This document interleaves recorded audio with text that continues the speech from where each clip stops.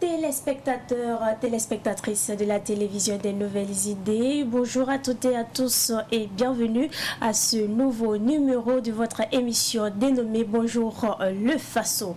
Vous êtes probablement surpris d'avoir Mireille Ouetraogo à l'écran, mais assurez-vous, rien de grave, votre présentatrice de tous les jours, Abseta Nikiema, se porte bien, mais est juste empêchée. Nous allons donc passer ensemble 1h30 d'émission. Cette semaine, nous vous présentons le palais d'Issouka dans la rubrique à la découverte 2 située à Koudougou. La revue de presse est présentée aujourd'hui par Bébé Kodjo Kambou. Dans la rubrique invité du jour, nous recevons Hervé David Onla. Il est journaliste culturel mais également directeur de Oxygène Mag. Et pour finir, vous aurez votre rubrique questions de droit avec Olivier Caboret et nous parlerons des droits digitaux.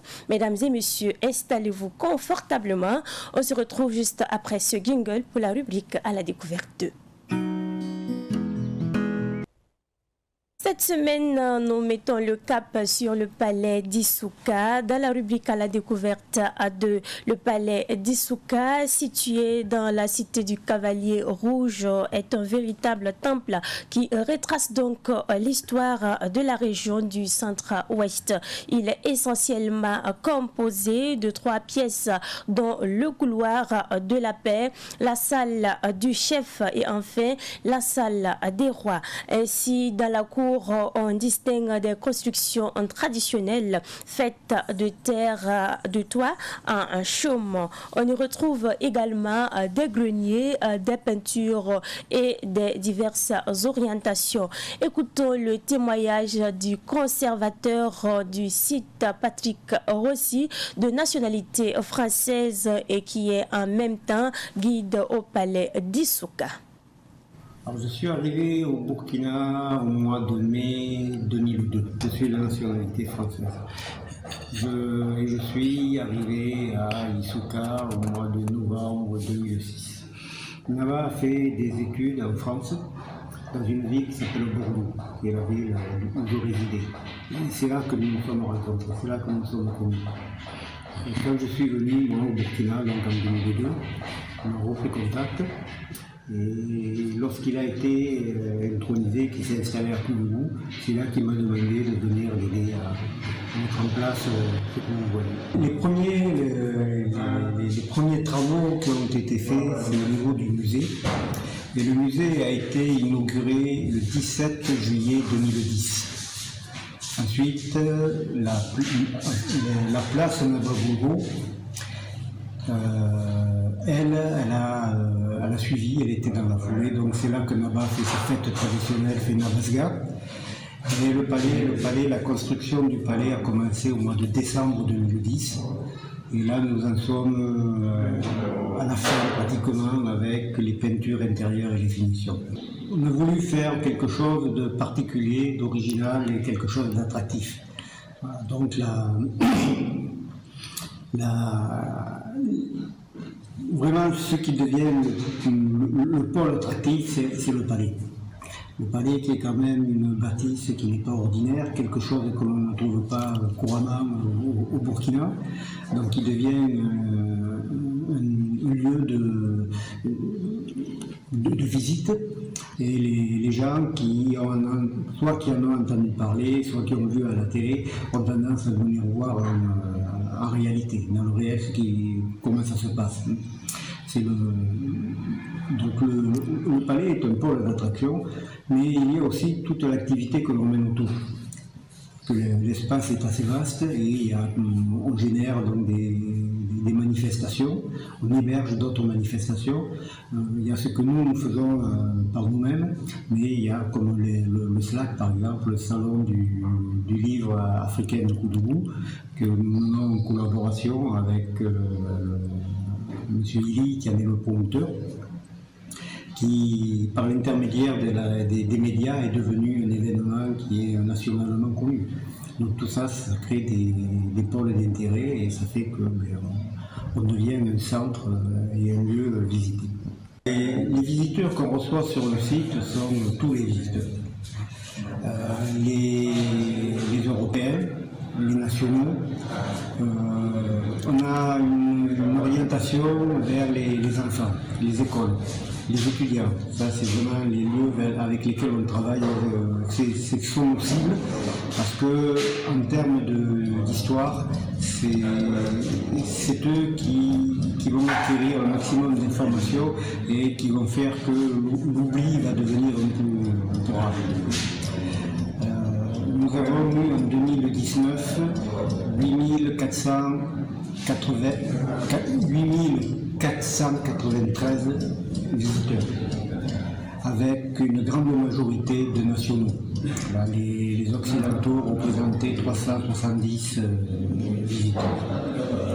Nous avons été félicités par le ministre de la Culture pour être le musée qui a accueilli le plus de visiteurs cette année. On doit être à environ 3000 visiteurs, mais il faut dire que ce qui nous a quand même pas mal perturbé dans notre travail et dans la réception des visiteurs, c'est le Covid, qui nous a obligés de fermer le site pendant un peu plus de 2 mois, et qui fait que tous les visiteurs étrangers ne viennent plus.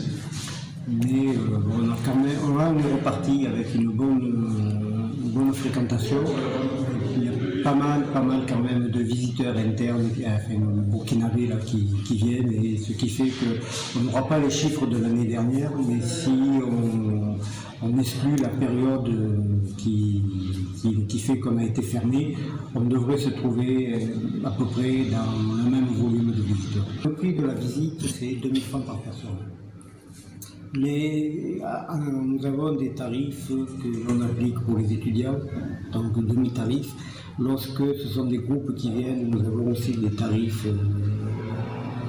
que l'on applique pour les groupes.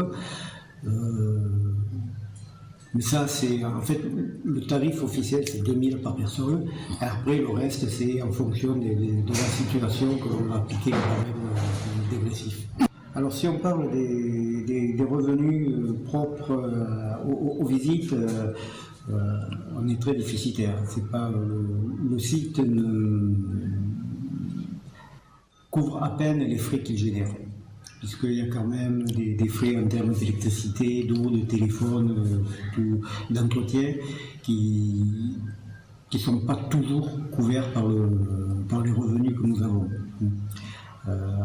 Donc souvent Nama est obligé de mettre un peu la main à la poche pour aider. Mais l'objectif, c'est à travers certains éléments qu'on a ajoutés, comme la salle de conférence, les chambres, les hébergements qui sont en cours de construction, c'est d'arriver à générer un revenu qui nous permettra d'être autonome et permettra au site de vivre comme il faut. Vous suiviez à l'instant le conservateur du palais d'Issouka, un palais situé dans la cité du Cavalier Rouge, aussi bien sûr à Koudgou. Alors n'hésitez pas, faites-y un tour. À présent, je vous propose ce clip vidéo de Chaudal. Merci à Jodal pour cette belle mélodie. Place à présent à la rubrique Revue de presse. On se retrouve juste après ce jingle.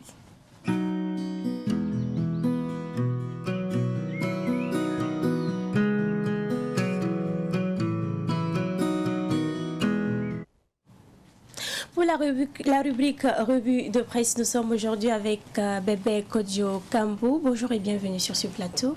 Bonjour Mireille, bonjour à tous ceux qui nous suivent. Alors, qu'est-ce qu'il y a donc au menu de l'actualité du jour? Alors, déjà à la une de l'Observateur Palga ce matin, on peut lire récit de l'assassinat. Sankara est tombé sur les 2 genoux avant de s'écrouler sur le flanc gauche, c'est selon l'accusé Nyamba Élisée Ilboudo. Procès contrebande de carburant, 47 prévenus pour une première phase. Vie des partis, le PDC se retire de la majorité présidentielle. Prévention et diagnostic précoce des maladies, des bons gestes pour prendre sa santé à bras le corps. Soutien aux étalons, la carte des supporters refait surface.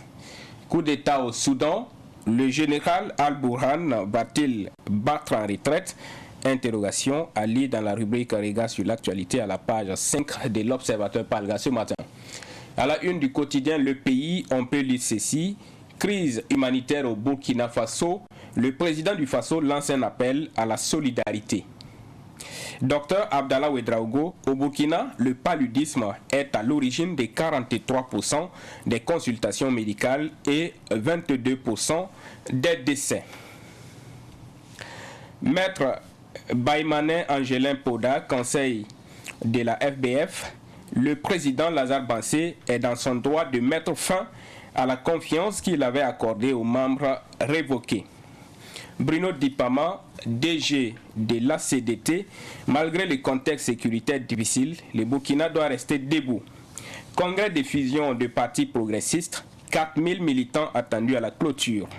Dans la rubrique Actu Foot, on peut lire Coupe de la CAF, un air de déjà vu pour Mazembe, la JSK en Eswatini, Berkane au Rwanda. Le tirage complet à la page 25 de Le Pays ce matin. Pronostic PMI du jour, c'est-à-dire à la page 8. Procès de l'assassinat de Thomas Sankara et de ses 12 compagnons. À la barre, le commando Élisée Ilboudo reconnaît les faits. Le commando est parti du pied-à-terre de Blaise Compaoré, c'est toujours selon l'accusé. Et dans la rubrique Révélation de Le Pays ce matin, on apprend PDC, plusieurs membres du bureau exécutif démissionnent. Donc voilà pour les titres ce matin à la une du journal Le Pays. Aujourd'hui, au Faso, nous apprend ceci également. Politique, le PDC de Sarah Sérémé quitte l'APMP pour l'opposition. Coup d'État au Soudan, il faudra composer désormais avec le général Al-Bourhan. Procès Thomas Sankara, le conducteur de l'équipé mortel du 15 octobre se confesse. Fermeture des frontières, vie chère, écroulement d'infrastructures scolaires, des ministres s'expliquent devant les députés. Région des Cascades, 3 soldats dans une attaque à Mangodara. Contrebande de carburant, le procès renvoyé au 16 novembre prochain. Donc c'était le titre à la une de aujourd'hui au Faso ce matin. Citoyen, le quotidien d'État nous apprend ceci. Projet Backbone national, le Premier ministre Christophe Dabiré inaugure les infrastructures. Mobilisation citoyenne pour la solidarité, le président du Faso donne le top départ. PDC, Sarah Sérémé quitte la majorité et le gouvernement. Mercure, RDC, s'inspirer de l'exemple burkinabé. On murmure, c'est une rubrique, région de l'Est des terroristes dans la débandade. Les ambulanciers réclament des indemnités de risques et de contagions. Une semaine noire à Dédougou. Projet d'appui à la transformation de l'économie et à la création de l'emploi, les principales réalisations. Donc, c'était le titre à la une du quotidien d'État citoyen ce matin. Et à la une du journal Le Quotidien, l'on apprend ceci. Koundé 2021, 5 artistes à la conquête de l'or. Ilboudo Nyamba Élisée, conducteur de Hyacinthe Kafando, à propos de l'assassinat de Thomas Sankara. Nous sommes partis du domicile de Blaise Compaoré. Assise nationale sur l'éducation nationale. Le ministre Ouaro reçoit les documents de base. Synthèse des réalisations du projet d'appui à la transformation de l'économie et à la création de l'emploi. Voilà, donc c'est la synthèse à lire dans le quotidien aujourd'hui. À Bobo Dioulasso, l'Express du Faso nous apprend ceci à sa une. CHR de Dédougou, les ambulanciers suspendent les évacuations jusqu'à point de suspension. Au palais de justice de Bobo, le cultivateur, les bœufs et la prison. Dans la rubrique Autant le dire de l'Express du Faso, l'on apprend ceci. Monsieur le ministre, à défaut de démissionner, présentez vos excuses. Coopération franco-burkinabé sur le territoire des falaises. Une charte de développement pour valoriser la spécificité des falaises. Mangodara, 3 soldats tués, plusieurs assaillants neutralisés. Contrebande de carburant, le procès renvoyé au 16 novembre 2021. Procès assassinat de Thomas Sankara, la part de vérité d'Élisée Nyamba Ilboudo. Et pour terminer, Mireille, nous allons visiter le site d'information www.burkimbia.com et sur ce site ce matin, l'on peut lire ceci. Journée de l'intégration interreligieuse 2021, rendez-vous le 1er novembre devant les locaux de Savane Média. Burkina, le président Kaboré promet une prise en charge adéquate des personnes vulnérables. PDC, le parti fondé par Sarah Sérémé, désormais à l'opposition, une vague de démissions enregistrée. Soudan, entre barricades et checkpoints, Khartoum paralysé par une grève générale. Marché de l'Algaï, c'est dans les Koulpelogo, une forte somme d'argent emportée dans un braquage. Insécurité dans les cascades, 3 soldats tombés à Mangodara, plusieurs assaillants neutralisés. Donc c'était là les titres sur le site www.burkimbia.com ce matin. Et c'est ce qui m'a fait à la lecture des unes de nos parutions ce matin, Mireille. Merci Kambou. Et là, nous allons donc faire un retour sur quelques sujets. Et là, nous allons parler du procès de l'assassinat du capitaine Thomas Sankara, mais aussi de ses 12 compagnons. Yamba Élisée Ilboudo était à la barrière. Il reconnaît les faits. Oui, Yamba Élisée Ilboudo reconnaît les faits. Il faut le dire, le procès qui a débuté ou qui a repris le 25 octobre se poursuit. Donc hier et aujourd'hui également. Et hier donc c'est l'accusé, le premier accusé à la base, c'était donc Yamba Élisée Ilboudo, donc qui était chauffeur donc au moment des faits. Et il reconnaît les faits et il décrit un peu voilà l'itinéraire des assaillants, d'où ils sont partis pour arriver au Conseil de l'Entente. Et sur ce point précisément, il dit que voilà, le commando est parti du domicile de Blaise Compaoré, donc, et il reconnaît les faits, mais il dit tout simplement qu'il est soldat, donc il était un subalterne, il n'a fait que répondre aux ordres. Oui. Donc, lui en tant que chauffeur, ayant reçu l'ordre de conduire le commando au Conseil de l'Entente, bon, il n'a fait que suivre les ordres. Donc, il reconnaît un peu les faits, il décrit un peu comment Thomas Sankara est tombé. Il dit qu'il est tombé sur ses 2 genoux avant de tomber sur le flanc gauche, par exemple. Donc, il a assisté un peu à la scène, à comment tout s'est passé. Donc, il a bien expliqué les faits. Maintenant, ce que les avocats de la partie civile et tous les reporters qui couvrent ce procès s'accordent à dire, c'est que quand il s'agit de parler du général Gilbert Diendéré, il est réticent. Donc, il y a des choses, on sent qu'il y a des choses qu'il ne veut pas dire. Et vous avez entendu, par exemple, Maître Zepa qui parlait de menaces. Il dit peut-être qu'il est menacé, voilà, étant donné que Gilbert Diendéré, même s'il est en prison, il est toujours fort, il pourrait avoir des bras dehors. Donc, les avocats de la partie civile pensent que peut-être sur ces points-là, voilà, Yamba Élisée Ilboudo peut-être a peur de dire certaines choses, surtout quand il s'agit de parler de Gilbert Diendéré. Donc le procès se poursuit aujourd'hui et d'ici le soir, peut-être qu'on aura d'autres déclarations. Comme on va parler de la politique, hein, depuis ce matin, le PDC, depuis hier plutôt, le PDC quitte la majorité présidentielle, parti de Sarah Sérémé. Oui, depuis hier dans la soirée, on a vu 3 écrits, notamment signés du président du PDC, le parti pour le développement, le parti pour le développement et les changements, et signé donc du président de ce parti-là, qui se nomme Fadel Abdelaziz Sérémé. Donc, c'est lui qui a signé ces 3 écrits qui confirment un peu ce que vous venez de dire à travers la question. Alors, ces 3 écrits, il y avait 2 lettres et une déclaration. Donc, une lettre adressée au Premier ministre, une autre lettre adressée au ministre en charge de l'administration territoriale et une déclaration, donc une déclaration comme ça faite à l'opinion. Vous savez qu'au Burkina, par exemple, l'appartenance à la majorité ou à l'opposition c'est fait à travers une déclaration donc, et une lettre au Matédé. Donc, c'est ce circuit qui a été suivi pour adhérer à la majorité présidentielle, qui a été suivi, voilà, pour en sortir, si on peut le dire ainsi. Alors, au Premier ministre, par exemple, la lettre qui était adressée au Premier ministre disait que le PDC se retire donc du gouvernement. Donc, c'est ce qui dit la lettre en substance. Et la lettre qui est adressée au ministre en charge de l'administration territoriale dit que le PDC se retire de la majorité présidentielle.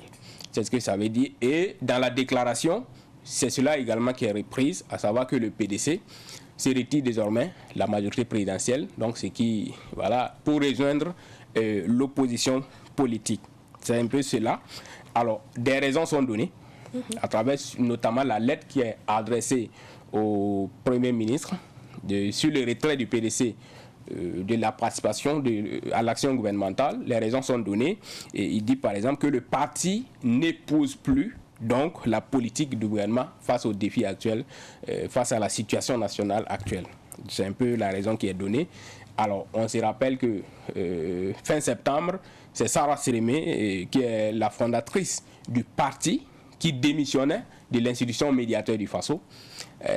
Voilà.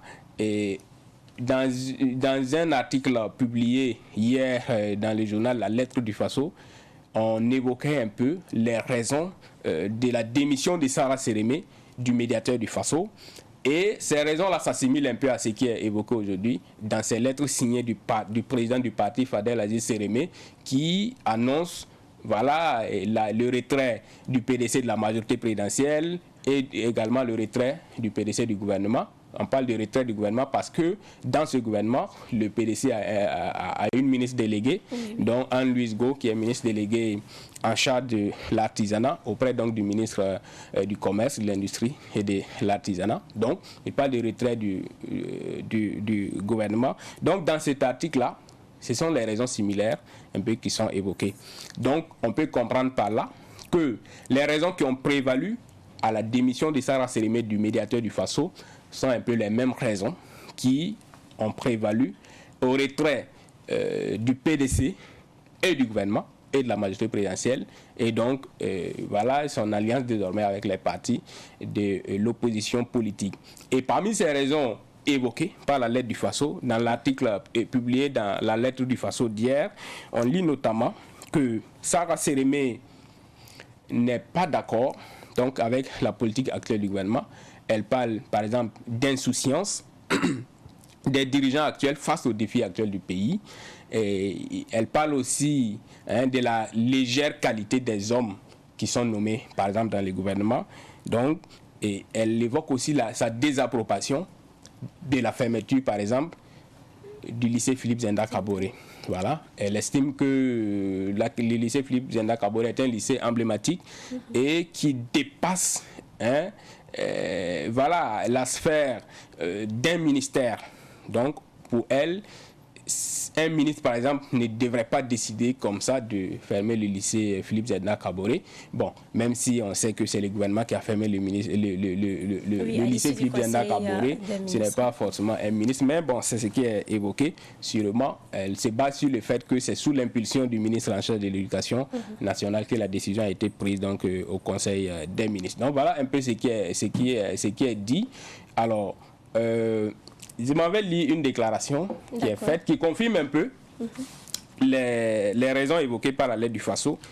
Vous savez que depuis quelque temps, il y a un audio qui circulait sur les réseaux sociaux qui s'adressait un peu à Sarah Sérémé, où le président des producteurs de la vallée du Sourou, donc qui s'inquiétait de la situation sécuritaire dans cette province, s'adressait un peu à Sarah Sérémé, et Sarah Sérémé a répondu à cet audio-là.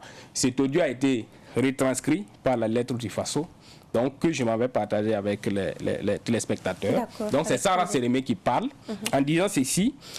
Malheureusement, c'est le ressenti des populations. Donc, il parle de ce que disait un peu le monsieur dans l'audio. Un ressenti que je respecte. Donc, elle dit comprendre donc ce que les populations disent, à savoir que elles sont abandonnées par le gouvernement. Savoir que l'administration a démissionné, laissant donc les populations seules face aux terroristes. Donc, elle dit ceci, un ressenti que je respecte, un ressenti qui nous interpelle sur nos engagements, sur notre responsabilité commune et notre responsabilité individuelle. Les populations se sentent abandonnées à elles-mêmes quand elles voient certaines autorités à la télé en train de se pavaner dans les rues marchandes, dans les nuits des galas, en train de faire de beaux discours. Et en ce moment, elles croulent sous les jougs des terroristes.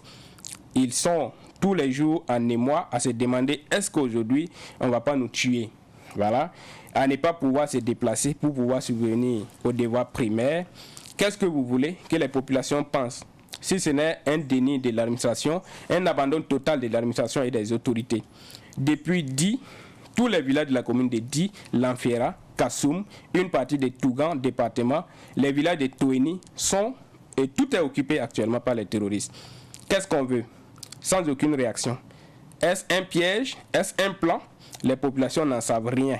Mais en attendant, elles ne font que constater les dégâts, elles ne font que vivre sous l'assaut de ces terroristes triplement armés. Que vivement l'État se ressaisisse, que des actions fortes soient entreprises. Donc c'est Sarah Sérémé qui fait cet audio, par exemple. Donc c'est repris ici par la lettre du FASO. Donc voilà, ça vient confirmer un peu la démission, peut-être le retrait de son parti de l'action gouvernementale, le retrait de la majorité présidentielle et autres, parce que ce qu'elle est en train de dire ici, non seulement ça ressemble à des dits d'opposants, mais aussi ça décrit une réalité que tout le monde partage. Voilà. Donc on a une Sarah Sérémé ici qui ne veut pas être peut-être voilà, comptable de cette gestion du gouvernement actuel et donc a préféré prendre ses distances avec la majorité pour se rallier donc à l'opposition politique. Bon, voilà un peu la situation dans laquelle on se retrouve actuellement. Ok, merci bien à toi Kambou d'avoir décortiqué de bout en bout l'actualité. Tu restes avec nous pour suivre. Peut-être pour ajouter la conséquence à laquelle on peut s'attendre actuellement. Oui. Ça, c'est la démission, peut-être, de la ministre Anne-Louise Go du gouvernement, ça, parce sûr. que c'est la demande qui est faite. Okay. Voilà, soit elle va démissionner, soit elle sera démise tout simplement. Mais ce qu'il faut rappeler, c'est que depuis que ces agissements ont commencé, il y a des cadres du parti qui sont en train de démissionner. Donc, si la ministre, par exemple, ne démissionne pas dans les jours ou heures qui suivent, ça veut dire que peut-être elle pourrait faire partie de ces cadres qui vont quitter le navire PDC. Si elle reste dans la majorité, ça veut dire quelque part qu'elle n'est plus dans le PDC. On va attendre de voir ce que ça va donner. D'accord, donc attendons de voir. Comment tu restes avec nous pour suivre les prévisions météorologiques. Place à présent à l'invité du jour. On se retrouve juste après ce jingle.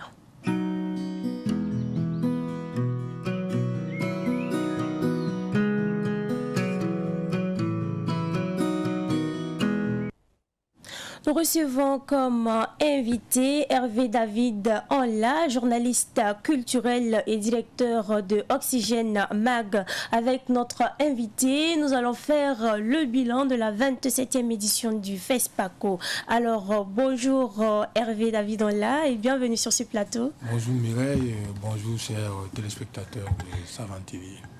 Alors, la cérémonie de clôture donc, de la 27e édition du Festival panafricain du cinéma de Ouagadougou, FESPACO, s'est tenue le samedi dernier. Comment avez-vous trouvé la cérémonie? Superbe. C'est vrai que je pas souvent l'habitude de faire des éloges, mais je dis superbe. Moi, quand une cérémonie se termine au temps bien défini, avec une très belle organisation, avec un bon conducteur, on ne peut qu'être satisfait. Vous savez que les gens viennent dans ce genre de cérémonie pour justement voir si tout est bien synchronisé. On a eu des éditions antérieures du FESPACO où c'était clopant. On ne savait pas quels sont les donateurs et même les lauréats n'étaient pas à côté. Donc tout était très bien synchronisé. Et puis surtout, n'est-ce pas, l'agencement des artistes, l'orchestration même, de façon générale, a été très bien goupillé. Moi, je salue déjà l'organisation. Peut-être le contenu, on peut peut-être pas faire, mais déjà au niveau du respect du timing, il faut déjà saluer et l'ouverture et la clôture. L'état d'or de Yeninga est parti finalement en Somalie. Êtes-vous satisfait ou déçu?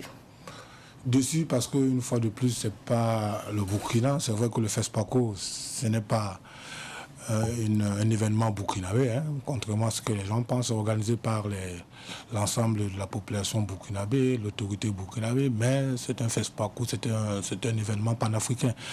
C'est vrai, depuis pratiquement plus de 20 ans, nous n'avons pas véritablement des réalisateurs qui montent à la plus haute marche du podium. C'est dommage, mais continuons à travailler. C'est vrai que la déception, elle est générale.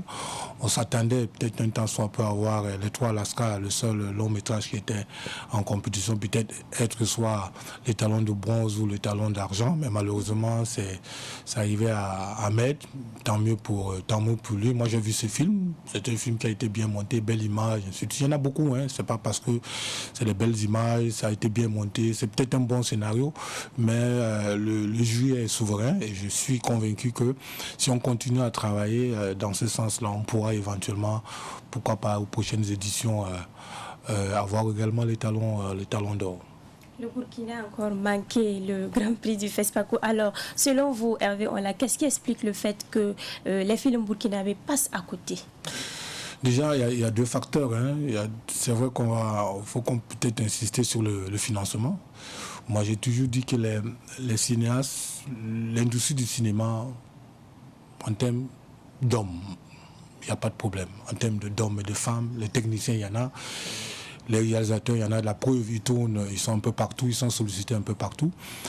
Mais participer à une telle compétition, tourner un film à 10 millions, à 20 millions, et pour prétendre, n'est-ce pas, avoir la Biennale ou bien avoir le Festival de Cannes ou avoir le FESPACO, moi je trouve que c'est un peu trop prétentieux. Il faudrait davantage qu'on essaye d'abord de former et ensuite de financer ces jeunes réalisateurs. Ils sont nombreux de plus en plus. Heureusement, personne ne baisse les bras. D'autres font le film à petit prix, à petit budget, mais ce n'est pas suffisant, surtout quand on veut véritablement briguer, bien franchir d'autres étapes. La deuxième chose, c'est vraiment de travailler de façon collégiale.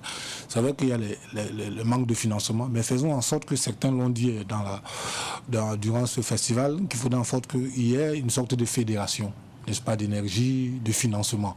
Donc la Côte d'Ivoire, le Burkina, le Cameroun peuvent éventuellement, des réalisateurs, s'associer pour promouvoir non seulement le cinéma francophone, j'insiste beaucoup plus sur le thème francophone parce que ça c'est une autre chose avec le cinéma anglophone, ils sont beaucoup plus en avance. Donc la difficulté c'est beaucoup plus le cinéma francophone. La Somalie, le Kenya, l'Afrique du Sud, le Nigeria, ils ont d'autres problèmes, mais ce n'est pas des problèmes financiers. Nous avons fondamentalement un problème financier. Et donc pour nous, en fédérant justement nos énergies, on pourrait davantage partager, n'est-ce pas, nos expériences et pourquoi pas avoir suffisamment d'argent justement pour briguer ou bien pour compétir également avec les autres réalisateurs. D'accord. Certains festivaliers ont affirmé qu'une fois de retour dans leurs hôtels à des heures parfois tardives, après avoir suivi des films, trouvaient que les restaurants des hôtels étaient fermés. Oui, bon, c'est vrai que moi je me souviens dans d'autres festivals où j'ai été, après avoir suivi les films, les gens sont concentrés dans les salles de ciné, mais après ils voudraient se désaltérer. Mais c'est vrai qu'il y a la question sécuritaire. Il y a eu des consignes peut-être éventuellement qui ont été données. Je pense que beaucoup pourront comprendre plus tard. C'était d'abord un FESPACO à doubles enjeux, l'enjeu sanitaire puis l'enjeu sécuritaire. C'est mieux encore de rentrer affamé, n'est-ce pas, que de rentrer véritablement suivi à gauche, à droite, peut-être agressé. Je pense que saluons déjà le fait que le FESPACO s'est très très bien déroulé. Il n'y a pas eu d'incident mineur ou majeur sur le plan sanitaire, sur le plan sécuritaire. Maintenant, si c'est une question de pense parce qu'on n'a pas pu bien manger ou bien les gens sont partis un peu sur tout, on peut comprendre. Hein, mais l'enjeu majeur de ceux qui ont organisé, c'était véritablement faire en sorte que ça se passe bien. D'autant plus que le FESPACO se déroulait à une période décalée. Beaucoup ne sont pas venus, hein. C'est vrai qu'on ne fait pas cette remarque, mais beaucoup ne sont pas venus. Peut-être pour cette situation, peut-être beaucoup avaient peur, peut-être qu'on leur a même déconseillé de venir. Mais ceux qui sont venus, je l'ai toujours dit, ont véritablement gagné, mais ceux qui ne sont pas venus, malheureusement, ils ont perdu. C'est vrai que ça dépendait de tout un chacun, mais je salue toujours et je saluerai toujours vraiment cette organisation qui a été peut-être décalée, difficile même sur le plan financier, beaucoup de gens ne savent pas. Et les sous ont été débloqués pratiquement à 72 heures, 120 heures justement de l'édition, mais il fallait vraiment le faire. C'était cette résilience qu'on voulait. Et puis tout le monde est parti. Je crois qu'il y en a certains même qui sont encore là, certains réalisateurs qui sont là pour nouer quelques contacts qu'ils ont eus. Bon, et après, je pense que c'est ça le plus important. Le FESPACO a célébré ses 50 ans en 2019. Est-ce qu'il faut tolérer les erreurs là dans l'organisation?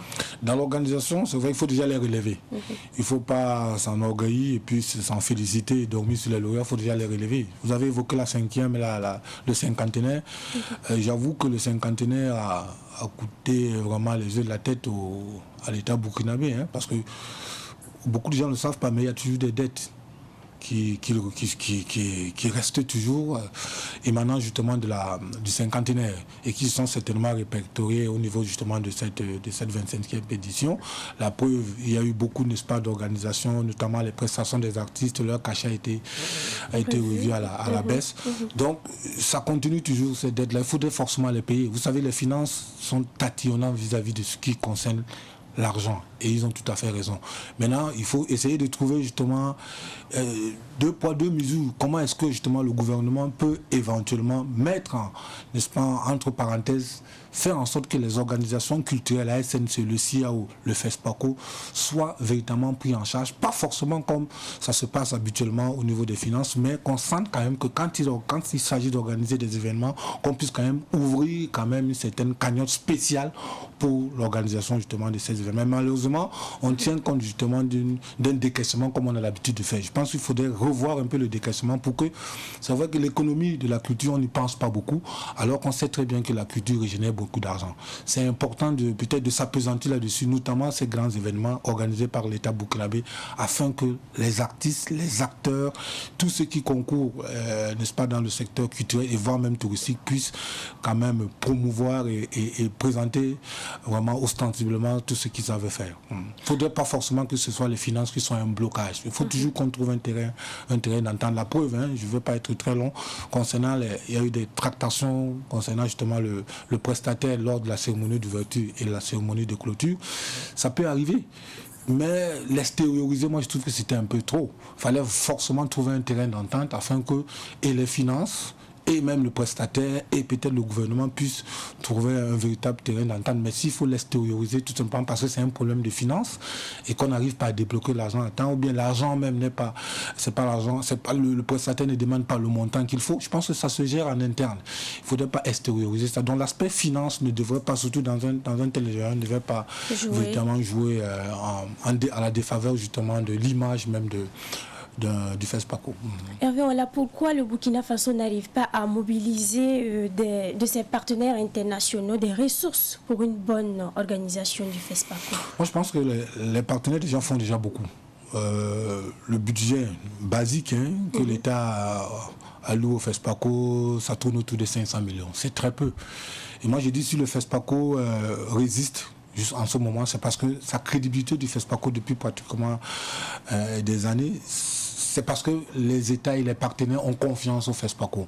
Vous savez, l'État débloque de l'argent, mais les autres présidents des États contribuent, n'est-ce pas, à l'organisation de ce FESPACO. Vous avez vu le pays organisateur, le Sénégal. Vous savez, les prix qui ont été donnés lors de la salle, c'est le Sénégal justement qui en a apporté. Les artistes sénégalais qui sont venus. Je pense que les États contribuent grandement, n'est-ce pas, dans la réussite de ce FESPACO. Donc, en dehors de ça, vous savez un peu, je ne vais pas citer les structures pour ne pas faire la publicité de ces structures, faire en sorte qu'ils font tout justement, faire en sorte que justement le FESPACO puisse se tenir. Voilà pourquoi j'insiste que ce FESPACO ne doit pas forcément être itinérant. L'État sait organiser le FESPACO. Si on confie le FESPACO de façon à une structure privée ou bien au cinéaste, à mon humble avis, il y aura beaucoup de tractations, surtout sur le plan financier. L'organisation du FESPACO n'incombe pas forcément aux techniciens, mais ça incombe forcément aux gestionnaires. La gestion d'un tel événement incombe également à tout ce qui est finance. Et les finances ne viendront pas forcément des techniciens. Les finances viendront justement des États, des structures justement qui ont de l'argent, qui peuvent l'injecter dans le FESPACO. Donc j'estime que s'il faut vraiment demander de l'argent, il faudrait toujours être crédible et faire en sorte que les États continuent justement à faire confiance au FESPACO. Cette année, certains Burkinabés ont trouvé que la ministre de la Culture, Dr Elise Foniamba Ilboudo Tombiano, était très impliquée dans l'organisation du FESPACO, créant des frustrations quelque part. Quel est votre avis? C'était son baptême de feu. Moi, j'ai ressenti ça également. C'était véritablement son baptême de feu. Elle était attendue au tournant, comme on le dit dans le bon jargon. Les deux d'ailleurs, le Moussa Alex Sawadogo, le délégué général, et puis Madame la ministre, elle venait, c'était pratiquement le premier grand événement qu'elle organisait. Donc, il fallait qu'elle soit au devant des choses, il fallait qu'elle comprenne l'organisation, il fallait qu'elle était même au chevet même pratiquement des artistes, parce qu'elle veut comprendre comment ça se gère, comment est-ce que le FESPACO s'organise, comment est-ce que les cinéastes travaillent, comment est-ce que même au niveau de la rue marchande était.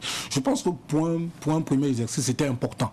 Maintenant, après, elle saura déléguer justement les tâches parce qu'elle a été au cœur de l'organisation. Moi, personnellement, je ne l'en veux pas. J'ai estimé qu'il fallait qu'elle le fasse pour qu'elle ne fasse pas forcément... C'est vrai qu'elle fait confiance à son équipe, mais qu'elle soit quand même imprégnée des réalités du terrain. Moi, je trouve que c'est tout à fait normal qu'elle puisse s'engager. Peut-être dans les prochaines éditions, elle saura maintenant déléguer les tâches et puis saura mettre les personnes qu'il faut à la place qu'il faut. C'était important et déjà même tous ceux qui organisent ce genre d'événement, que ce soit au Burkina, que ce soit à l'extérieur, les premiers responsables sont toujours sur le terrain. Je ne vois pas, on voit même au niveau de l'État, les présidents des différents pays, ils sont souvent sur le terrain. Ils descendent, ils s'en vont rencontrer les usagers, ils échangent pour comprendre les réalités de leur gouvernement. Si elle le fait en tant que ministre simplement de la culture, des arts et du tourisme, elle s'en va voir ses administrés, je crois que c'est tout à fait normal. Maintenant, on verra par la suite. Dans une de vos publications sur votre page Facebook, vous avez dit qu'il faut revoir la soirée gala initiée par le président du Faso. Pourquoi donc? Moi, personnellement, j'ai été très déçu. Voilà, la soirée gala, c'est exclusivement réservé aux cinéastes. Quand le président envoie les invitations, il veut rencontrer les cinéastes. Il ne veut pas rencontrer son gouvernement. Il ne veut pas rencontrer ses ministres. Ce n'est pas ce qu'il veut. Il veut échanger avec les cinéastes. Pour la première fois en 2 ans, c'est tout à fait normal. Et j'aurais souhaité plutôt que ce soit une cérémonie vraiment très digeste, où c'est un cocktail, où chacun a l'occasion de dire un mot. Le président a l'occasion d'échanger 2-3 mots avec des superstars mondiales du cinéma qui viennent à Ouagadougou. Mais ils n'ont pas l'occasion d'échanger avec eux. Pas forcément de l'exposer des véritables problèmes, mais juste de comprendre que voici de savoir que voilà Abdelrahman Sissako, voilà Alain Gomis, échange avec lui, discute sur 2-3 phrases, ainsi de suite, c'est important. C'est ce qu'on voudrait. Moi, je voyais plutôt cette soirée de gala de cette façon. Donc, ils se baladent avec les professionnels du cinéma, ils échangent, peut-être qu'il y a ces conseillers qui sont là, qui effectivement prennent un certain nombre de notes, mais c'est ce qu'on voulait. Mais nous, on a trouvé plutôt moi j'ai trouvé plutôt une soirée solennelle, un peu trop présidentiable, où il y a des artistes qui pressent. Nous ne sommes pas dans un spectacle. Nous ne sommes pas venus à une soirée de gala du président pour voir les artistes prester. Les artistes pressent un peu partout. On a plutôt besoin de voir une musique en live soft, faite par un orchestre, toutes les musiques du monde, toutes les musiques africaines, pas forcément les musiques burkinabées, mais en filigrane, les gens se baladent pour essayer soit de prendre des petites photos avec le président. En 10, 15, 20 minutes, je pense qu'il pourrait échanger avec ceux qui auront eu la chance, puis il s'en va. Mais malheureusement, on a pris un temps, pendant que l'artiste est en train de chanter Ibrahim Keïta, on bloque tout le monde, on dit maintenant allez prendre des photos avec le président. Non, le président devait être avec tout le monde. Déjà la sécurité est un peu présente déjà de l'extérieur. Pratiquement tout Ouagadougou était sécurisé, on nous fouillait jusqu'aux dents. Donc à l'intérieur également, certainement on avait des caméras partout. Donc ça pourrait permettre tranquillement au président de se balader et d'échanger, d'autant plus qu'il n'a même pas dit un mot tout au long du FESPACO. Ni à l'ouverture, ni à la clôture. Maintenant, à la soirée de gala, il faudrait quand même qu'il dise un mot, qu'il échange, qu'il donne un peu son avis par rapport au cinéma, qu'il donne son avis par rapport au FESPACO. On veut un président qui parle. Je sais que c'est un président qui aime la culture, mais laissez-le s'exprimer. Laissez-le poser des questions. C'est important. On veut pas terminer un FESPACO, on n'a pas échangé avec le président ne nous a rien dit, le président ne nous a pas encouragé de façon officielle. C'est ce qu'on voulait dans ce genre de soirée de gala. Et moi, personnellement, j'ai été dessus. Je suis même parti un peu plus tôt. Donc c'est des choses à revoir selon vous pour c'est juste un cocktail d'1 heure, 1 heure et demie. On n'a pas besoin, les gens ne viennent pas manger, boire. C'est pas ça le plus important. C'est un cocktail, on échange, c'est pas de la grosse gastronomie qu'on veut. On veut tout simplement rencontrer le président, échanger avec le président, que le président rencontre des superstars. Parce qu'il y a des personnalités qui sont venues ici, que moi personnellement, même le président, je ne suis pas sûr qu'il pourra les voir un peu. Les cinéastes, c'est pas des gens qu'on voit à tout moment. Les réalisateurs, on ne les voit pas à tout moment. C'est des gens qui sont pratiquement ils sont sur le plateau. Quand on entend tout simplement parler de Messi, on a la chance de les voir autour du président et d'échanger avec eux. Il n'y a rien de si beau. Alors nous tirons un peu vers la fin de cette émission. Quelle est votre vision pour la 28e édition du FESPACO? Ma vision, c'est surtout de voir en fait que moi j'ai beaucoup aimé, ça je l'avais relevé, un pan de cette édition qu'est le FESPACO Pro. Les MICA. J'ai beaucoup aimé ces échanges. Moi, je souhaiterais qu'on maximise justement la prochaine édition sur cet aspect. Les réalisateurs ont besoin d'avoir des solutions. Ils posent des problèmes, mais ils n'ont pas de solutions. Les professionnels du cinéma ont besoin de ça. On débat beaucoup. on débat beaucoup, on échange, on pose, d'autant plus que de plus en plus sont jeunes. Moi, j'ai participé peut-être à 60-50% des débats. Tous ceux qui posaient des questions, ils voulaient comprendre. Il faudrait plus qu'on reprenne des choses comme de par le passé. Le monde évolue.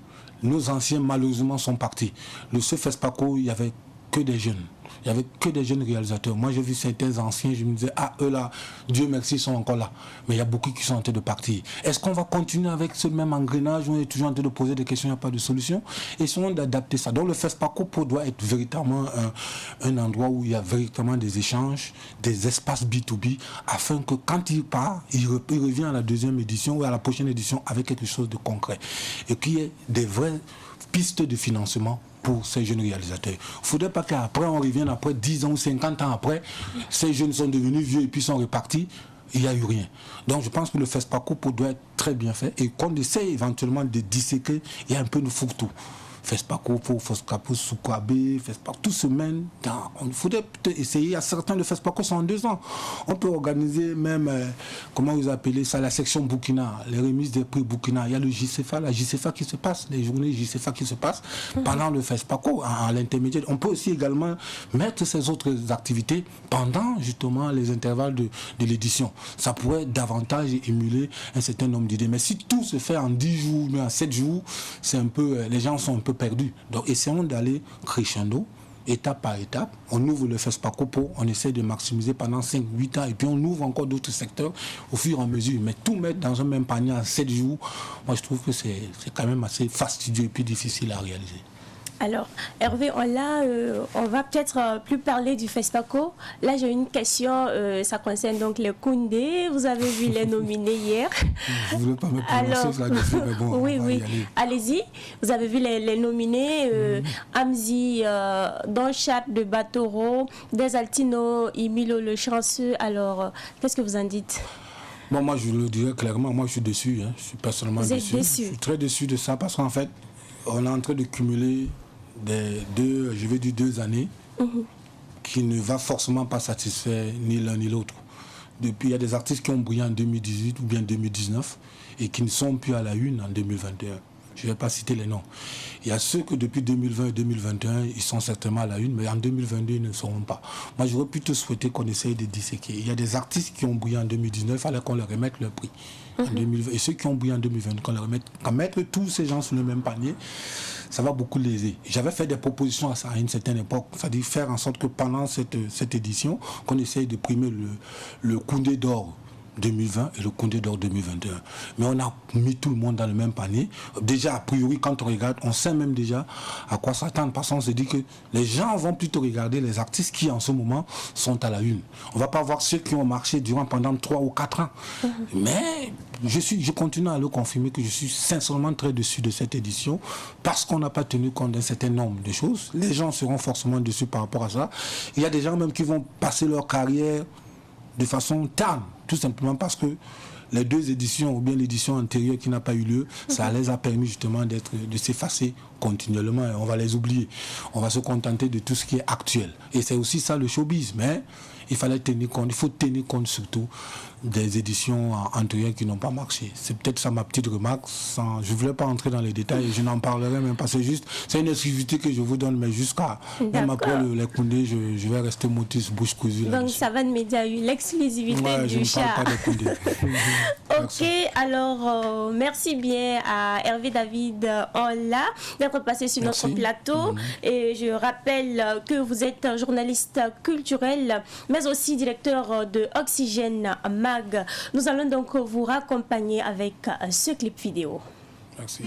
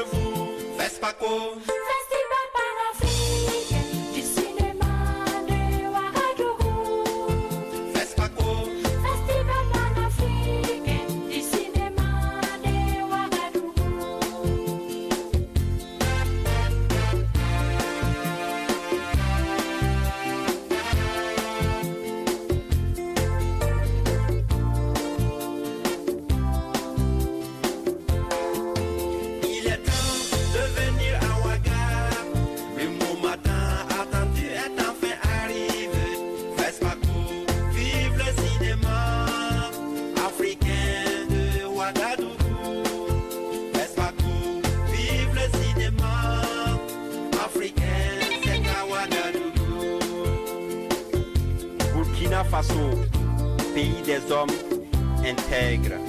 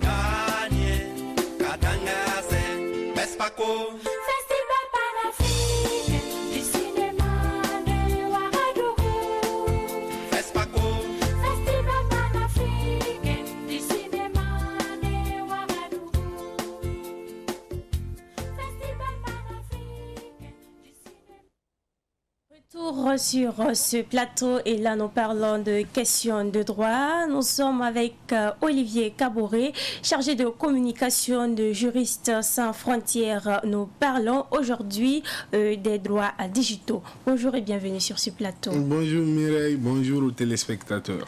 Alors, qu'entend-on donc par droits digitaux? Alors, il faut savoir que depuis un certain temps, notre quotidien a été beaucoup plus influencé par l'avènement de nouvelles techniques d'information et de communication. Et à travers ces techniques-là, nous avons eu beaucoup de facilités, beaucoup de possibilités à travers l'usage de la toile, de l'Internet de façon générale, ou si vous voulez des réseaux sociaux. Et pour régir l'utilisation que nous faisons de cet outil-là, un certain nombre de droits, de règles et de principes ont été mis en place. Et c'est ce droit spécifique qui encadre l'utilisation de l'Internet, si vous voulez, de façon générale, qu'on appelle droits digitaux ou, si vous voulez, droits numériques. Voilà. Donc c'est la partie spécifique du droit qui s'occupe de tout ce qui est numérique, tout ce qui est Internet. Voilà. Alors, pouvons-nous jouir des droits que nous avons dans la vie réelle sur les réseaux sociaux? Alors, il faut savoir aussi que depuis un certain temps, le Conseil des droits de l'homme des Nations Unies a érigé en droit fondamental l'accès à Internet. Donc, l'accès à Internet est un droit fondamental.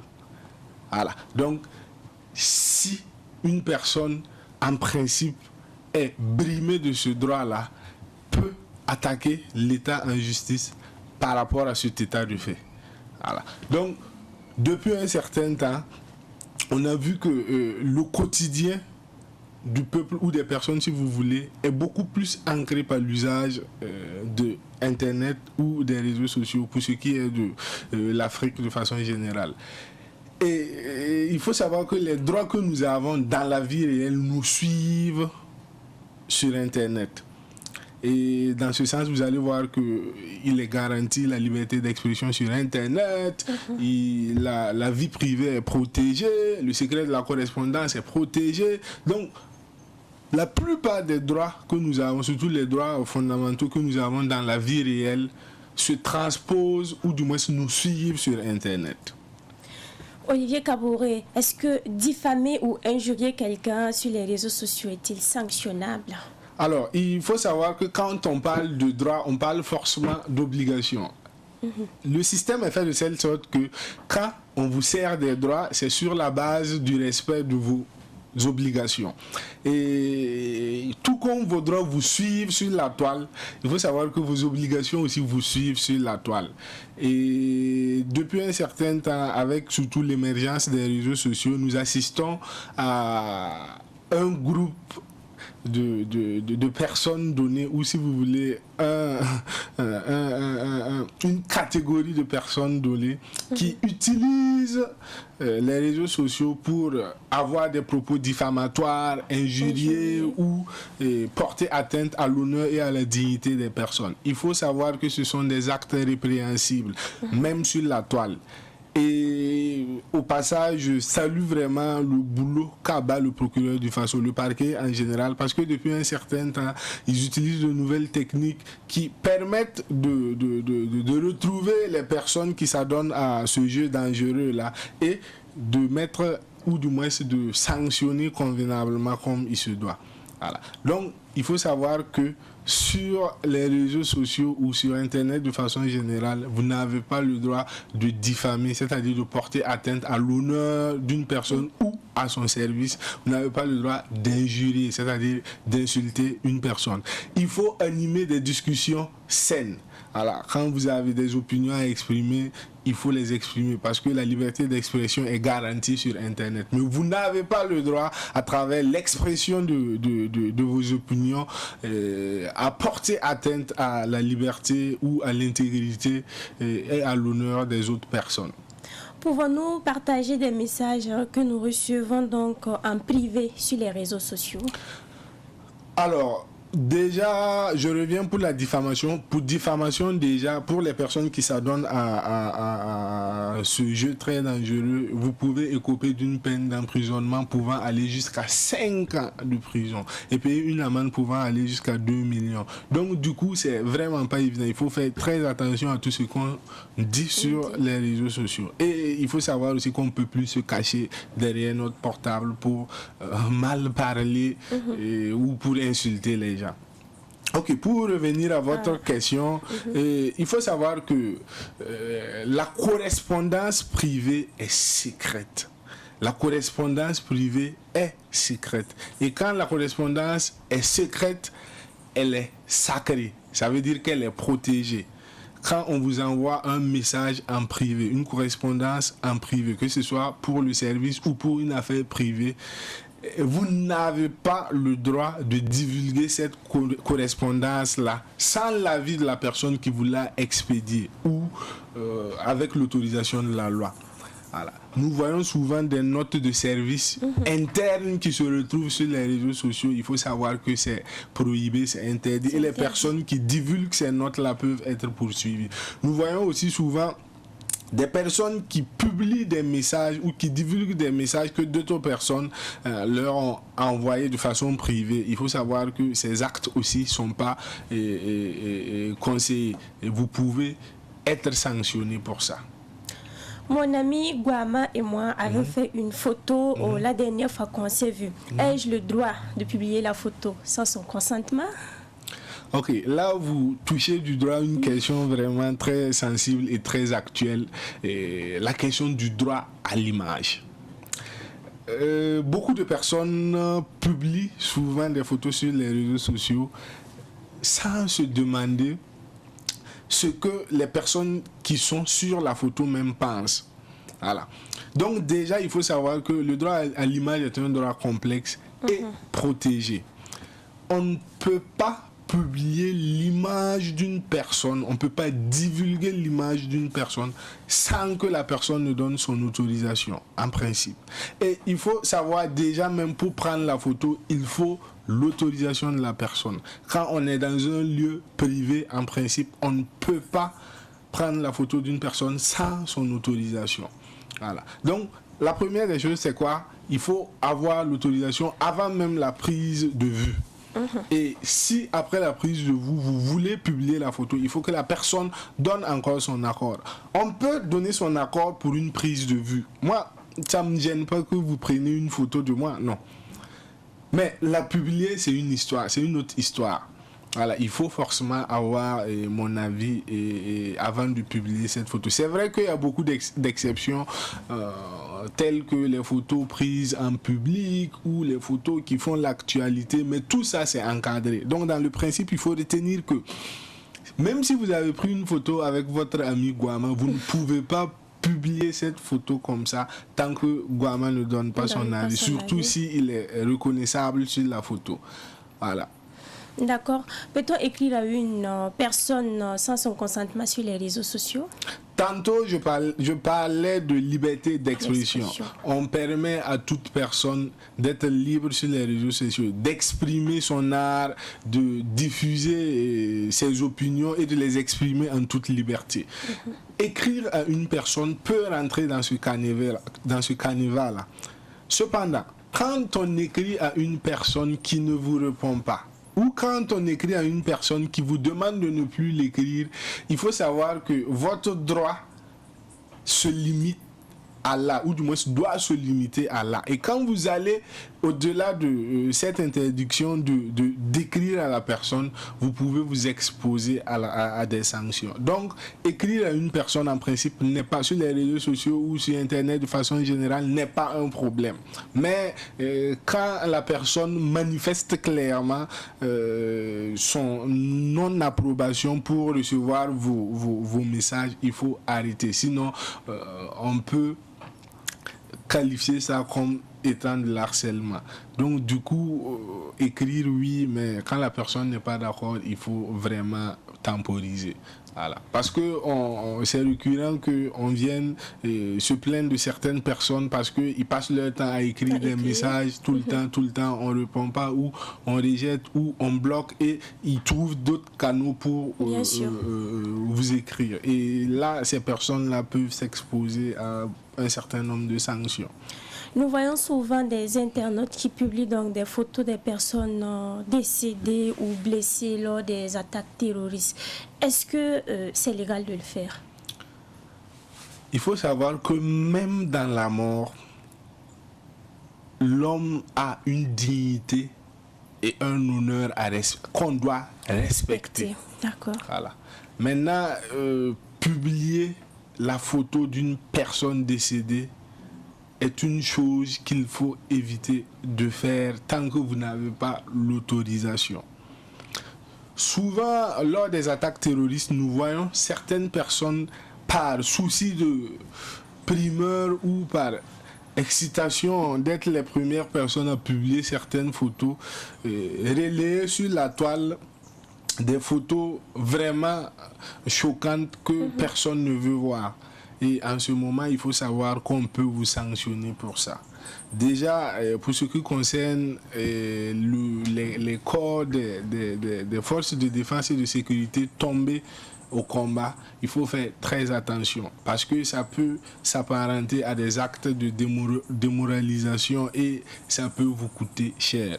Et pour ce qui est des photos des civils, il faut aussi faire attention. Quand vous voulez publier une photo d'une personne décédée, en principe, il faut avoir l'autorisation de ses ayants droit. Voilà. Donc, si vous avez la photo du corps d'une personne décédée et que vous n'avez pas l'autorisation de ses ayants droit, il faut vous abstenir tout simplement à les publier. Effectivement, on voit beaucoup de personnes publier et personne ne dit mot. Mais il faut savoir que la loi, elle est là. Elle est là, elle n'a pas disparu. Et au moment où on aura besoin d'elle, elle peut sévir. Tout le monde peut partager et puis il n'y a pas de problème. Et vous, à votre tour, on vous attaque. Donc du coup, il faut faire très très attention. Alors, peut-on faire des publications sur la question sécuritaire sur les réseaux sociaux?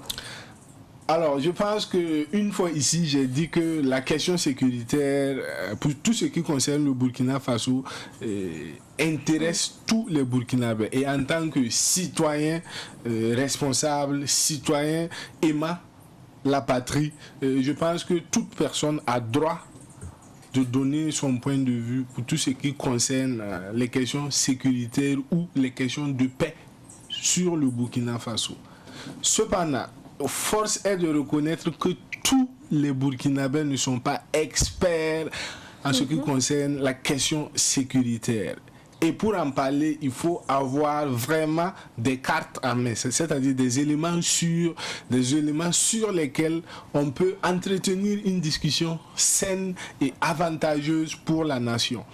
Voilà. Il faut éviter les supputations, il faut éviter de relayer les fausses informations. Donc du coup, si vous avez une opinion qui peut faire avancer les choses ou qui peut susciter un questionnement national, qui peut permettre à ce que la paix ou la question sécuritaire puisse avancer ou puisse avoir un rayonnement, vous pouvez bel et bien donner votre point de vue. Maintenant, si votre intervention crée des problèmes, crée la peur ou sème la peur dans la tête des gens, il faut vous abstenir parce que c'est des actes répréhensibles. Et actuellement, le parquet vraiment s'occupe de ces états de fait-là. Et quand vous contrevenez à tout ce qui est prescrit, la loi pourrait tomber sur vous. Voilà. D'accord. Merci bien Olivier Kaboré pour ces éclairages. Je vous raccompagne avec cet élément de langue fourchue.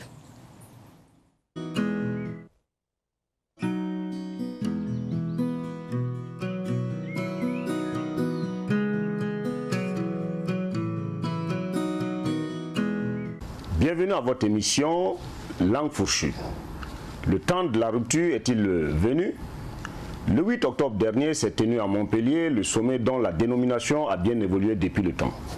On parle maintenant du nouveau sommet Afrique-France avec, dans sa nouvelle formule actuelle, une rencontre directe entre les jeunes Africains et le super patron des colonies, le Manu Micron.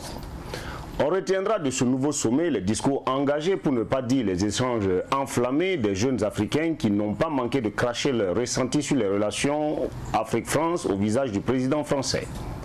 Axé autour de 5 grandes thématiques dont l'engagement citoyen, l'entrepreneuriat et l'innovation, l'enseignement supérieur et la recherche et enfin la culture et le sport, les jeunes d'Afrique et de France échangeront une demi-journée en attendant le grand final, l'adresse directe au président Macron.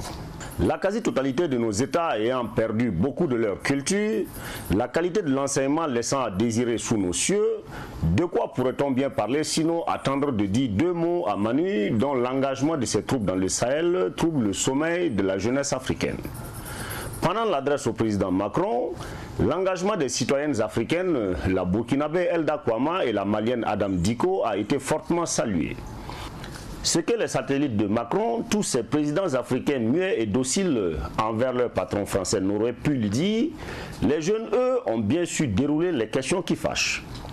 L'invite de notre jeune compatriote Elda Kwama au président Macron à récurer la marmite démontre bien de la souillure des relations entre la France et ses ex-colonies, qu'elle garde bien subtilement sous son joug au nom de l'aide au développement et de la coopération militaire. Pourquoi la France tient-elle tant à exporter sa civilisation en Afrique? Et l'Afrique ne peut-elle pas développer son propre mode de gouvernance ou requalifier ses relations internationales? Qu'est-ce que le sommet France-Afrique a apporté véritablement au continent depuis sa première édition en 1973? Pas grand-chose, sinon une forme plus sournoise d'une recolonisation faisant le bonheur des rois télé du moment et engouffrant chaque jour davantage des millions de populations africaines dans la misère la plus totale. Et c'est cet engagement trouble de la France en Afrique depuis la décolonisation qui choque ces jeunes Africains qui n'ont pas droit de citer dans leur propre pays et dont les digérants font la sourde oreille face à leurs complaintes. Et pour une fois que cette jeunesse a l'occasion de s'adresser directement à son oppresseur, la bousculade et souvent la gêne du président français était bien perceptible. La démocratie à 2 vitesses que la France veut imposer à l'Afrique reste en travers la gorge de cette jeunesse qui a plus que soif de changement réel, une jeunesse qui aspire à être prise en compte dans la gestion des affaires de leurs États. Ainsi, pendant ces quelques minutes de bousculade verbale, le Manu Micron finira par reconnaître que le 3e mandat n'était pas opportun, mais il aura tout de même donné sa caution à ces fossiles vivants qui ont entraîné pour la plupart leur pays dans une hécatombe, avant de venir chanter que la prise de pouvoir violent est contraire aux règles de démocratie. Alors la vraie question demeure, que cherche véritablement la France en Afrique? Sur la question de son intervention militaire dans certains pays africains, Manu va rappeler à ces jeunes bousculeurs que c'est à la demande des États africains eux-mêmes, histoire de nous dire, si besoin était encore, que la France n'est pas dans un expansionnisme sauvage. Bref, reposons la question. Que cherche la France en Afrique si les Africains eux-mêmes n'en veulent pas? En attendant, ceux qui doutaient d'un réveil de l'Afrique peuvent commencer à trembler parce que quand l'Afrique se mettra debout, Et n'est-ce pas ce réveil de la jeunesse qui a motivé le Motus Rocus à organiser lui aussi son mini-sommet où la parole a été donnée aux jeunes sur les questions de la vie nationale? Afrique-France, pour une fois que nos chefs d'État n'ont pas été convoqués pour recevoir les directives de la mère patrie, cette nouvelle formule de la France-Afrique durera-t-elle jusqu'à quand? Wait and see. Merci bien à Patrick Gampene pour son analyse. Retour sur la rubrique à la découverte de ce jour. Nous avons donc présenté le palais d'Issouka, un palais situé dans la cité du Cavalier Rouge. C'est bien sûr à Koudougou. Et ce palais est un véritable temple qui retrace donc l'histoire de la région du centre-ouest. Il est essentiellement composé de 3 pièces, à savoir le couloir de la paix, la salle du chef et enfin la salle des rois. Ainsi, dans la cour, on distingue des constructions traditionnelles faites de terre et de toit en chaume. On y trouve également des greniers, des peintures et diverses orientations. Je vous invite à écouter le témoignage du conservateur du site en la personne de Patrick Rossi. Il est de nationalité française et est en même temps le guide du palais d'Issouka. Alors, je suis arrivé au Burkina au mois de mai 2002. Je suis de nationalité française. Je suis arrivé à Issouka au mois de novembre 2006. Là-bas, j'ai fait des études en France, dans une ville qui s'appelle Bordeaux, qui est la ville où je résidais. Et c'est là que nous nous sommes rencontrés, c'est là que nous sommes connus. Et quand je suis venu moi, au Burkina, donc en 2002, on a repris contact. Et lorsqu'il a été intronisé, qu'il s'est installé à Koudougou, c'est là qu'il m'a demandé de venir l'aider à mettre en place ce que vous voyez. Les premiers travaux qui ont été faits, c'est au niveau du musée. Et le musée a été inauguré le 17 juillet 2010. Ensuite, la place Nababongo, elle a suivi, elle était dans la foulée, donc c'est là que Naba fait sa fête traditionnelle, fait Nabasga. Et le palais, la construction du palais a commencé au mois de décembre 2010. Et là, nous en sommes à la fin pratiquement avec les peintures intérieures et les finitions. On a voulu faire quelque chose de particulier, d'original et quelque chose d'attractif. Voilà, donc vraiment, ce qui devient le pôle attractif, c'est le palais. Le palais qui est quand même une bâtisse qui n'est pas ordinaire, quelque chose que l'on ne trouve pas couramment au Burkina, donc il devient un lieu de visite. Et les gens soit qui en ont entendu parler, soit qui ont vu à la télé, ont tendance à venir voir en réalité, dans le réel, comment ça se passe. Donc le palais est un pôle d'attraction, mais il y a aussi toute l'activité que l'on mène autour. L'espace est assez vaste et on génère donc des manifestations, on héberge d'autres manifestations. Il y a ce que nous faisons par nous-mêmes, mais il y a comme le SLAC par exemple, le salon du livre africain de Koudougou, que nous menons en collaboration avec M. Ili, qui en est le promoteur, qui, par l'intermédiaire des médias, est devenu un événement qui est nationalement connu. Donc tout ça, ça crée des pôles d'intérêt et ça fait qu'on devient un centre et un lieu visité. Et les visiteurs qu'on reçoit sur le site sont tous les visiteurs. Les Européens, les nationaux.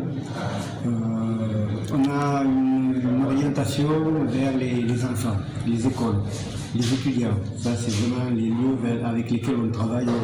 Ce sont nos cibles parce qu'en termes d'histoire, c'est eux qui vont acquérir un maximum d'informations et qui vont faire que l'oubli va devenir un peu rare. Nous avons eu en 2019 8493 visiteurs. avec une grande majorité de nationaux. Là, les Occidentaux représentaient 370 visiteurs. Nous avons été félicités par le ministre de la Culture pour être le musée qui a accueilli le plus de visiteurs cette année-là. On doit être à environ 3000 visiteurs, mais il faut dire que ce qui nous a quand même pas mal perturbé dans notre travail et dans la réception des visiteurs, c'est le Covid, qui nous a obligés de fermer le site pendant un peu plus de 2 mois, et qui fait que tous les visiteurs étrangers ne viennent plus, mais on est reparti avec une bonne fréquentation. Il y a pas mal quand même de visiteurs internes, burkinabés là, qui viennent, et ce qui fait qu'on n'aura pas les chiffres de l'année dernière, mais si on exclut la période qui fait qu'on a été fermé, on devrait se trouver à peu près dans le même volume de visiteurs. Le prix de la visite, c'est 2000 francs par personne. Mais nous avons des tarifs que l'on applique pour les étudiants, donc demi-tarifs. Lorsque ce sont des groupes qui viennent, nous avons aussi des tarifs que l'on applique pour les groupes. Mais ça, c'est en fait le tarif officiel, c'est 2000 par personne. Et après, le reste, c'est en fonction de la situation que l'on va appliquer le barème dégressif. Alors, si on parle des revenus propres aux visites, on est très déficitaire. C'est pas le site couvre à peine les frais qu'il génère, puisqu'il y a quand même des frais en termes d'électricité, d'eau, de téléphone, d'entretien, qui ne sont pas toujours couverts par les revenus que nous avons. Donc souvent Nama est obligé de mettre un peu la main à la poche pour aider. Mais l'objectif, c'est à travers donc, certains éléments qu'on a ajoutés, comme la salle de conférence, les chambres, les hébergements qui sont en cours de construction, c'est d'arriver à générer un revenu qui nous permettra d'être autonome et permettra au site de vivre comme il faut. C'était à l'instant Patrick Rossi, conservateur du palais d'Issouka, le palais d'Issouka qui est situé donc à Koudougou, dans la cité du Cavalier Rouge. C'est un palais à découvrir, alors n'hésitez pas à effectuer le déplacement. Chers téléspectateurs, téléspectatrices de la télévision des Nouvelles Idées, nous sommes à la fin de cette émission. J'ai été ravie de vous l'avoir présenté. Demain, Abzeta Ninkiema vous retrouve pour un autre numéro de cette émission. Très bonne journée à vous.